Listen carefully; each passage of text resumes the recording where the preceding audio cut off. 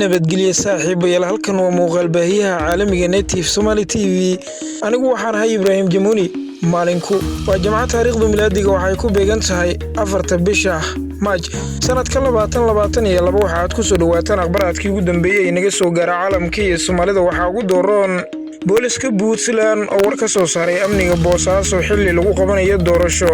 guddiga qiimeynta xaaladda Garbaharey oo kulamo ka wada Kismaayo dowladda federaalka Soomaaliya oo faahfaahisay xaaladda Soomaalida ka carartay colaadda Ukraine iyo walwal cusub oo soo wajahay midowga Yurub akhbaraadkaasi iyo kuwa kale faahfaahsan ayaad ku daawan doontaan warkeena hase ahaatee daawadow haddii ay tahay marka kugu horreysa booqashada halkan fadlan subscribe garee barteena YouTube la garee fiidiyowga la wadaag saaxiibadaada page-keenan Facebook like iyo follow ku rix dhiirgelinaya noo tahay aad u mahadsan tahay ugu horreyn warkeena aynu ku bilownay ciidamada dowladda oo fuliyay howlgal ka dhan ah Al-Shabaab ciidamada xoogga dalka Soomaaliyeed gaar ahaan ururka 64 ee guutada 7aad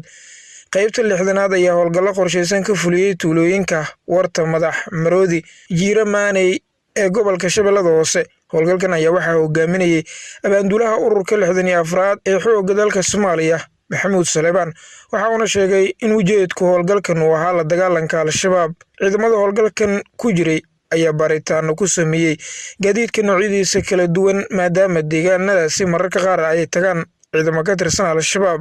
abaandulaha ururka 64 ee xoogga dalka Soomaaliyeed Maxamuud Saleebaan ayaa sheegay in howlgalladan ay sii wadi doonaan ilaa ay ka xaqiijinayaan amniga deegaanada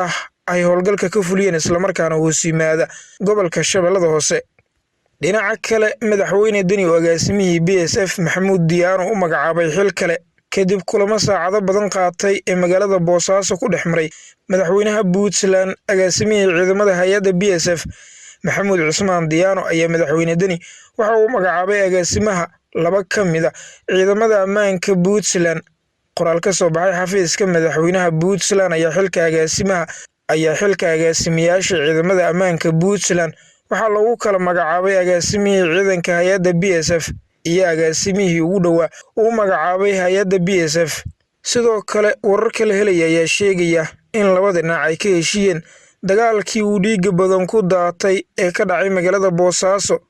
dowladda federaalka Soomaaliya oo faahfaahisay xaaladda Soomaalida ka carartay colaadda Ukraine war ka soo baxay wasaaradda arrimaha dibadda xukuumadda federaalka Soomaaliya ayaa waxaa lagu faahfaahiyay ardayda Soomaaliyeed ee ka cararay dagaalka ka soconaya dalka Ukraine kuwa uu gaaray dalal ka mid ah qaaradda Yurub wasaaraddu waxa ay sheegtay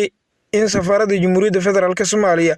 ay ku leeyihiin dalalka Jarmalka Belgium Serbia ay xiriir wanaagsan la sameeyeen muwaadiniinta Soomaaliyeed ee ka soo barakacay Ukraine ay ku sugan dalalka Poland Romania iyo Serbia safaaradda Jamhuuriyadda Federaalka Soomaaliya ee dalka Belgium ayaa sidoo kale xafiiska qunsuliyadeed ee ku meel gaar ah ka hirgelisay xuduudda Poland iyo Ukraine xaruntan soo dhaweynta ee Halakijowsa ee magaalada Warsaw tan iyo markii uu bilowday dagaalka u dhaxeeya dowladaha Ukraine iyo Russia ayaa waxaa dalka Ukraine ka soo cararay Soomaali ku nool kuwaas oo gaaray qaar ka mid ah dalalka reer Yurub geeska kale booliska Puntland oo war ka soo saaray amniga Boosaaso xilli lagu qabanayo doorasho taliyaha booliska qaybta gobolka Bari gaashaanle sare Cabdulqaadir Jaamac Dirir ayaa ka hadlay qorshaha amniga guud ee magaalada Boosaaso halka oo lagu qabanayo doorashada golaha shacabka taliyaha warbaahinta la wadaagay waxa uu sheegay in laamaha amniga ay hayaan dad falal amni darro ah ka geystay magaalada Boosaaso kuwa uu sheegay in dhawaan ay soo bandhigi doonaan waxa uu hadalkiisu intaa ku daray in bulshada qaybaheeda kala duwan iyo ganacsatada looga baahan yahay in aysan caqabad ku noqon amniga balse ay muujiyaan feejignaan dhanka amniga ah ugu dambeyn taliyaha ciidanka booliska qaybta gobolka Bari gaashaanle sare Cabdulqaadir Jaamac Dirir waxa uu sheegay in dhawaan isbedel weyn oo dhanka amniga ah laga dareemi doono magaalada Boosaaso bulshadana waajib ay ku tahay inay la shaqeeyaan ciidamada ammaanka magaalada Boosaaso ee gobolka Bari ayaa waxaa lagu qabanayaa doorashada 16 kursi oo ka mid ah golaha shacabka iyadoo amniga magaaladana si weyn loo adkeynayo guddiga qiimeynta xaaladda Garbaharey oo kulamo ka wada magaalada Kismaayo guddiga qiimeynta xaaladda deegaan doorashada labaad ee Jubbaland ee Garbaharey ee uu magacaabay ra'iisul wasaaraha xukuumadda federaalka Soomaaliya Mudane Maxamed Xuseen Rooble ayaa maanta la kulmay odayaasha dhaqanka ee reer Jubbaland kuwa oo ka soo jeeda gobolka Gedo Odayaashan dhaqanka reer Jubbaland ee ka soo jeeda gobolka Gedo ayaa guddiga qiimeynta xaaladda Gedo u soo gudbiyay caqabadaha ku xeeran in gobolka lagu qabto doorasho iyo sida ay u arkaan xaalka. Xubnaha guddigan ayaa la filayaa inay dib ugu soo laabtaan magaalada Muqdisho si warbixin ay u siiyaan ra'iisul wasaaraha xukuumadda, iyagoo intaa kadib aadi doona xarunta deegaan doorashada labaad ee Jubbaland ee Garbaharey. Guddiga qiimeynta xaaladda deegaan doorashada labaad ee Jubbaland ee Garbaharey ayaa laga sugayaa warbixin ku aadan sidii ay u suurtagal noqon lahayd in magaalada Garbaharey lagu qabto doorashada 16 kursi ee golaha shacabka ah. Weerar khasaare geystay oo ka dhacay duleedka Kismaayo. Dagaalkan ayaa waxa uu yimi kadib markii sida la sheegay xubno ka tirsan Al-Shabaab ay weerareen saldhigga ciidamada Kenya ay ku leeyihiin deegaanka Cabdalla Biroole ee duleedka Kismaayo, waxaana halkaa ka dhacay dagaal in ka badan saacad socday isla markaana la isku adeegsaday hubka noocyadiisa kala duwan. Warar kale helaya ayaa sheegaya in dagaalka uu ku dhintay hal askari oo Kenyaan ah, tiro intaa la egna ay ku dhaawacmeen, waxaana jirta tiro madaafiic ah oo ay isweydaarsadeen labada dhinac intii uu dagaal ka socday. Xaaladda deegaanka Cabdalla Biroole ee gobolka Jubbada Hoose ayaa degan xilligan, waxaana deegaankaasi uu ka mid yahay goobaha laga ilaaliyo magaalada Kismaayo ee xarunta ku meel gaarka ah ee maamul goboleedka Jubbaland.